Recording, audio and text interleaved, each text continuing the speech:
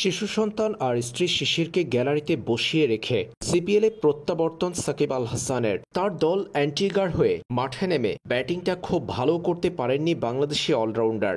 সাকিবের আউট হওয়া দেখে গ্যালারিতে মাথায় হাত দিয়ে বসে পড়েন তার সহধর্মিণী শিশির। সাকিবের দল অ্যান্টিগা পরাজিত হয়েছে ৬ উইকেটে। এদিন শুরুতে ব্যাটিং করা অ্যান্টিগার হয়ে মিডল অর্ডারে নেমে ১৬ বলে সাকিব খেলেছেন কেবল ১১ রানের ইনিংস। ব্যাটিংটা নিজের মনের মতো করতে পারেননি বিশ্বসেরা অলরাউন্ডার।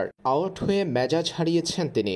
বোলিংয়ের সময় দারুণ এক ক্যাচে সবার মন জয় করলেও পাকিস্তানি অধিনায়ক ইমাদ ওয়াসিম সাকিবকে দিয়ে বোলিং করান পূর্ণ ৪ ওভার। সাকিবকে বোলিংয়ে পাত্তা দেননি পাক অধিনায়ক। তাতে ৫০০ উইকেট পাওয়ার মাইলফলক স্পর্শ করা হল না সাকিব আল হাসানের। অ্যান্টিগার পাকিস্তানি অধিনায়ক ইমাদ ওয়াসিম সাকিবের যোগ্যতার যথার্থ মূল্যায়ন করতে না পারায় বোলিংয়ে কেবল ১ ওভার বোলিং পেয়েছেন সাকিব আল হাসান, আর সেই ওভারে ৬ রান দিয়ে ওভার শেষ করেছেন তিনি। অ্যান্টিগার হারের দিন ১ ওভার বোলিং করে ৬ রান দিয়ে সাকিব পাননি কোনো উইকেটের দেখা।